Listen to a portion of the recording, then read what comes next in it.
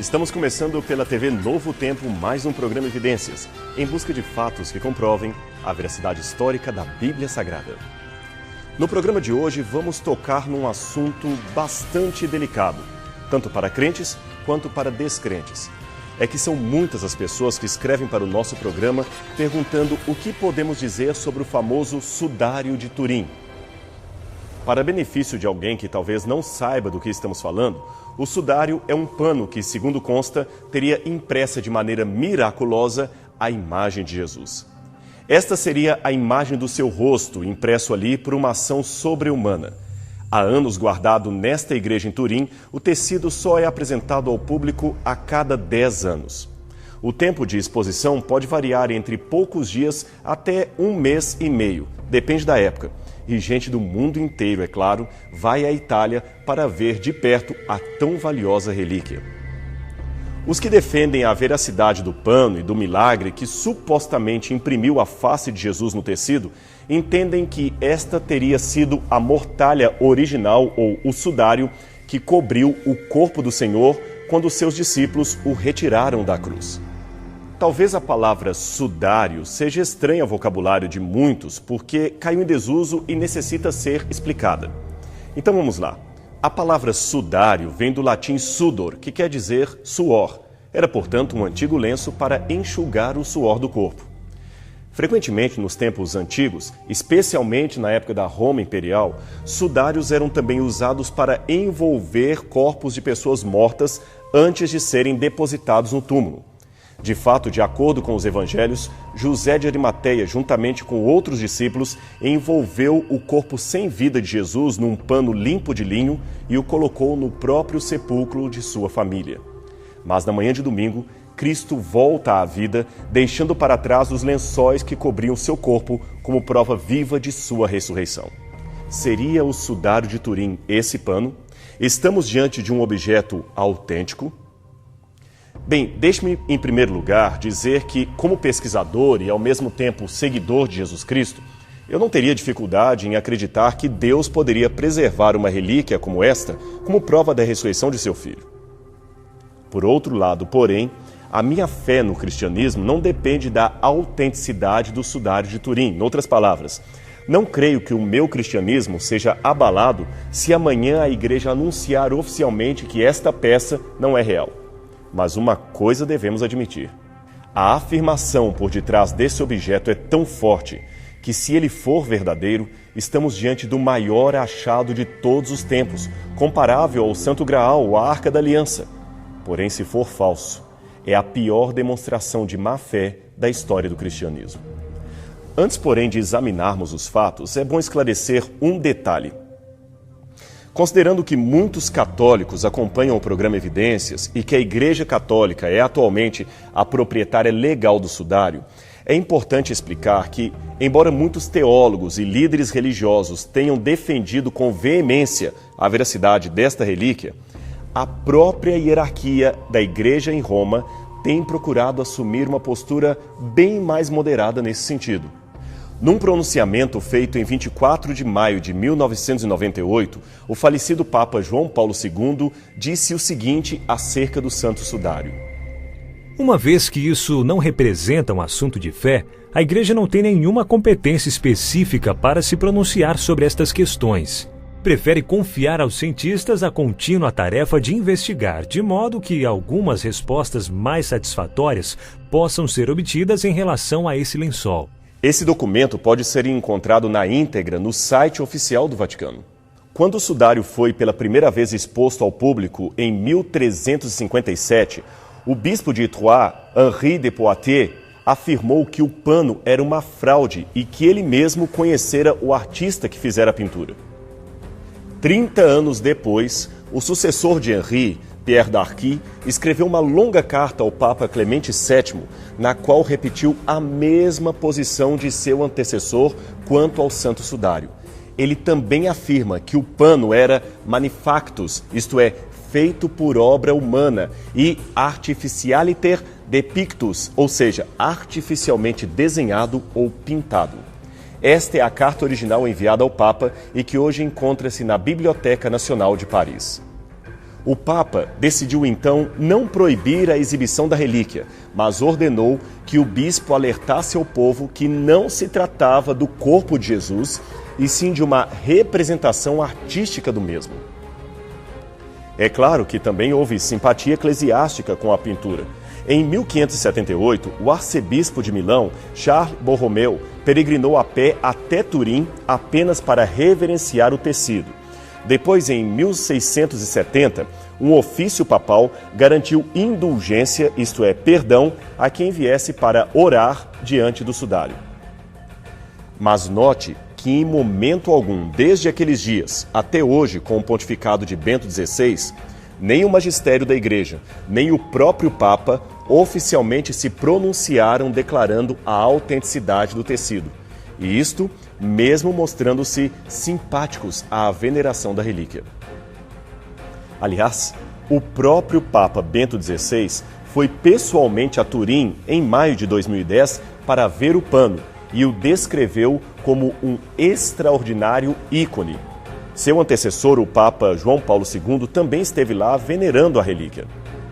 Mas se é assim, por que eles nunca o declararam oficialmente verdadeiro? Na época em que Bento XVI visitou Turim, alguns jornalistas chegaram a publicar o seguinte: Papa Bento XVI endossou o sudário de Turim, mas esquivou-se de declará-lo oficialmente como sendo a mortalha que cobriu Jesus. O porquê desse silêncio eclesiástico de séculos acerca do assunto é algo a se pensar. Afinal, a Igreja nunca se mostrou tão tímida em oficializar algo miraculoso que ela considerava verdadeiro, como foi o caso, por exemplo, da aparição de Fátima. Por que então esta timidez em relação ao Santo Sudário? Bem, seja como for, podemos estar certos de que, até o presente momento, não existe nenhuma orientação oficial do Vaticano no sentido de que os fiéis católicos devem acreditar na autenticidade do medalhão, como o pano foi apelidado pelos franceses. Mas, conforme já mencionamos, a tradição apregoada por alguns diz que esta seria a mortalha original que cobriu o corpo de Jesus durante o seu sepultamento. Contudo, a história desse pano só pode ser traçada com segurança até ao ano 1357, quando ele foi pela primeira vez exposto ao público em Liré, uma vila perto de Troyes, no norte da França. Fora disso, qualquer tentativa de traçar uma caminhada do pano desde a Palestina até a Europa é altamente romanceada e especulativa. Mesmo entre os historiadores que defendem a sua autenticidade, não há harmonia de opiniões. Uns, como Ian Wilson, dizem que o sudário de Turim foi a mesma relíquia conhecida como a imagem de Edessa. Outros, como Averil Cameron, negam completamente esta hipótese. O fato é que mesmo os mais ardorosos autores católicos admitem que há duas fases da história do pano, e ambas são divididas pelo ano 1357 aproximadamente. Daquele ano para trás, o que se diz tem alta dose de conjectura e nenhuma evidência factual. São autores católicos que admitem isto. De acordo com o site oficial da Associação para a Educação e Pesquisa do Sudário de Turim, uma associação criada em defesa da relíquia, o que se pode dizer é o seguinte: embora haja significativa coleção de evidências sustentando a existência do sudário antes do ano 1300, a maioria delas é, de fato, circunstancial e permaneceram, em sua maioria, sem nenhuma comprovação. Agora, você está preparado para uma informação, no mínimo, curiosa? Pois bem, a própria Enciclopédia Católica, ligada na página do New Advent, traz na versão inglesa do verbete O Santo Sudário a seguinte posição sobre o pano, que não seria a imagem real de Jesus, mas sim uma pintura feita na Idade Média. Isto mesmo, na Enciclopédia Católica. Surpreendente, não é mesmo? Pois bem, quando o sudário foi exibido ao público em 1978 para comemorar os 400 anos de sua chegada a Turim, uma multidão de aproximadamente 3 milhões de pessoas correram para poder vê-lo pessoalmente. Mas, na verdade, o que eles enxergaram foi apenas um pano amarelado pelo tempo, pois a imagem é extremamente difícil de ser detectada a olho nu. Ela só fica visível e surpreendentemente visível numa fotografia, como se fosse um negativo. Esta seria a imagem do pano visto a olho nu. Agora, o mesmo pano fotografado em negativo. Veja como a imagem é nítida. Descrevendo rapidamente o aspecto físico do objeto, o sudário é um pano retangular de 4 metros de comprimento por aproximadamente 1 metro de largura. Ele tem algumas marcas de incêndio, pois sofreu um incêndio ali naquela cidade em 1532. Ele também tem remendos feitos pelas freiras que o guardavam. Eram as religiosas clarissas de Chambéry. Composto especialmente de linho, esta seria a sua trama e a sua urdidura vista através de um microscópio óptico. Mas o que interessa mesmo é a imagem do corpo que ele apresenta. Pois bem, o pano traz as duas figuras de um mesmo corpo humano adulto em tamanho natural. De um lado está a frente, do outro o verso. As duas partes se prolongam cabeça contra cabeça, de modo que, se dobrarmos o tecido, elas ficam uma de frente e a outra de costas. Em 4 de outubro de 1973, um grupo de cientistas europeus concluiu alguns estudos sobre o pano graças a uma autorização especial que receberam do Vaticano para examinar o tecido. Mas não foi um exame a fim de verificar a sua autenticidade, e sim para cuidar de sua preservação. Principalmente porque em poucas semanas o pano seria pela primeira vez exibido na TV a cores com uma introdução feita pelo Papa Paulo VI. Então temia-se que as luzes ou a gravação pudessem danificar a imagem. Um relatório foi feito e nele algumas evidências pareciam favoráveis à autenticidade do pano, outras não. Então o segundo grupo, formado por 24 cientistas, foi composto e eles puderam, em 1978, passar 5 dias examinando o tecido e fotografando as suas partes. Esse grupo ficou conhecido pela sigla STURP, que seria a abreviação em inglês da expressão Projeto de Pesquisa do Sudário de Turim. Entre os que fizeram parte, havia um time de especialistas de diversas áreas e de diversos laboratórios. Como muitos esperavam, seria uma excelente oportunidade de demonstrar cientificamente uma prova miraculosa da fé cristã. Mas isso não ocorreu. O grupo tinha decidido que gastaria 2 anos examinando cientificamente o sudário e apresentariam um relatório final em 1980. Mas as controvérsias dentro do grupo e situações ainda nebulosas impediram que tal relato fosse oficialmente publicado. E o grupo foi extinto em outubro de 1981. A situação ficou muito delicada depois que este pesquisador, o Dr. Walter Macron, revelou publicamente a sua oposição em setembro de 1980. Macron, que faleceu em 2002, era um químico americano considerado um dos maiores especialistas em microscopia analítica. Por isso mesmo, ele foi convidado para integrar o time de pesquisadores em 1978 e também para liderar as pesquisas microscópicas em torno do tecido. A declaração do cientista foi feita num congresso realizado em Londres pela Sociedade Britânica do Sudário de Turim, uma agremiação católica a favor da relíquia. O Dr. Macron apresentou diante do auditório suas inequívocas conclusões de que o sudário de Turim seria uma obra de arte medieval pintada com óxido de ferro, usando uma têmpera bastante diluída como veículo aglutinante. Nesta mesma época, o Dr. Macron previu que se o carbono 14 fosse usado no tecido, demonstraria que ele estava certo, pois não daria uma datação mais antiga do que a Idade Média, ou o século XIV, para ser mais exato. Em 1988, a análise foi feita e comprovou-se o que o Dr. Macron havia dito 8 anos antes. O carbono 14 mostrou que o tecido era realmente uma produção medieval. Ele foi fabricado em algum tempo entre 1260 e 1390 e não antes disto. Não era definitivamente um pano dos tempos de Cristo. Curioso que, mesmo outros especialistas da equipe, que eram mais tendentes a considerar o sudário legítimo, também não puderam ser conclusivos em sua opinião científica. É o caso, por exemplo, de Ian Wilson, que escreveu inúmeros artigos e livros a respeito do assunto.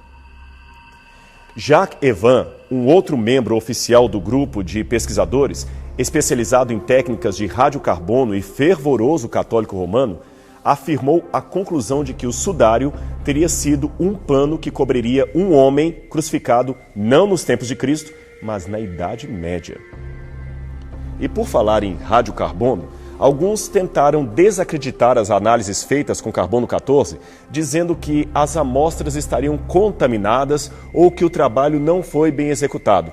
Aventou-se até a teoria de uma fraude. Mas o Dr. Luigi Gonella, professor de física em Turim e consultor politécnico do grupo, desmentiu logo qualquer suspeita. As amostras, afirmou ele, foram muito bem coletadas e examinadas por 3 diferentes laboratórios em Zurique, Oxford e Arizona. A mesma afirmação foi feita pelo Dr. Douglas Dawan, coordenador do Laboratório de Aceleração e Radiocarbono da Universidade do Arizona, que também participou da pesquisa. Segundo ele, abre aspas, não houve nenhuma contaminação das amostras retiradas do tecido, fecha aspas. Esta opinião também foi expressa formalmente pelo laboratório de Oxford, que recebeu uma das amostras. Todos os laboratórios confirmaram a mesma data, e isto é um forte argumento em favor da afirmação de que o tecido fora elaborado na Idade Média.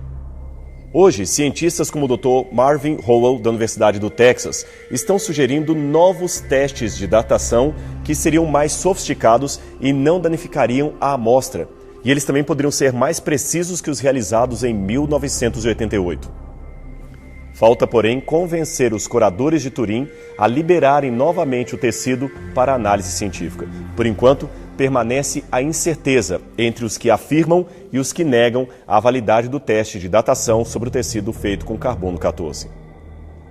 Existem ainda outros vários problemas menores em relação ao sudário e que passaria a apresentar de modo um pouco mais resumido. Em primeiro lugar, está o completo silêncio do Novo Testamento em relação a este fenômeno. Supondo que fosse verdadeiro o milagre da aparição instantânea da imagem de Jesus numa mortalha, era de se esperar que os apóstolos fizessem menção disso. Curiosamente, porém, a ênfase material dada pelos discípulos, inclusive mais tarde por Paulo, é apenas sobre o túmulo vazio e os lençóis deixados ordenadamente para trás. Não há nada sobre uma imagem miraculosa estampada ali. Outro problema está com a substância encontrada no pano. Seriam estas marcas escuras, escorrendo pela testa, membros e especialmente na costela esquerda, produzidas por sangue humano? Os cientistas novamente encontram-se divididos. Samuel Pellicore, um especialista em espectroscopia, que também fez parte do time de pesquisadores de 1978, afirmou que era sangue humano, mas com a idade aproximada de 600 anos, não podendo, portanto, ser sangue de Cristo. Já Walter Macron diz que não seria sangue, mas sim pigmento de pintura, e outros, é claro, diziam ser sangue humano com a possibilidade, mas não a certeza, de ser o sangue de Cristo. Novamente, temos um problema. Veja essas imagens propositadamente invertidas. Aqui temos todas as marcas do possível sangue humano encontrado no corpo. Mas o que nos surpreende, como se pode ver nesta imagem dos pulsos, é que o sangue continuava estranhamente correndo. Esta outra imagem dá uma ideia melhor do que estamos dizendo.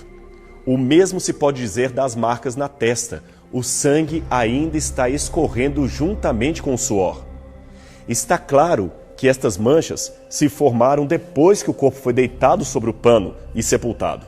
Então a pergunta é o seguinte: como poderia acontecer isto? Ora, até um leigo em medicina sabe que mortos não suam nem sangram. Logo, se aquilo for realmente sangue humano e aquele estampado no sudário for Jesus, então temos aí o maior argumento contra o cristianismo, pois estaria provado que a morte na cruz foi um embuste. Jesus estaria plenamente vivo, com febres causadas pelo machucado, por isso suando, e tendo seu aparelho circulatório plenamente funcionando, com o mínimo de batidas cardíacas que permitiriam aquele escorrimento do sangue e do suor sobre o tecido. Um sangue em processo de coagulação, como é o de um defunto, provocaria um borrão no sudário e não uma imagem tão nítida como aqui vemos. Outro problema está em que os fortes indícios apontados como prova da veracidade do pano não são tão conclusivos como muitos dizem por aí. Por exemplo, a imagem das tais 2 moedas de Pilatos que Francis Filas disse ter encontrado sobre os olhos da vítima. Essas imagens não possuem nenhum indício de plausibilidade. Veja aqui uma fotografia das moedas de Pilatos e, em seguida, 2 imagens que Filas publicou em seu artigo dizendo serem as mesmas moedas de Pilatos.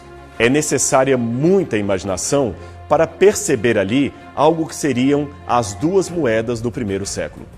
Isso sem contar que os judeus piedosos, como seriam os discípulos de Jesus, não teriam por costume colocar moedas na boca ou nos olhos de um defunto, pois esse seria um costume pagão dos gregos, um costume para pagar ao barqueiro Caronte no mundo dos mortos.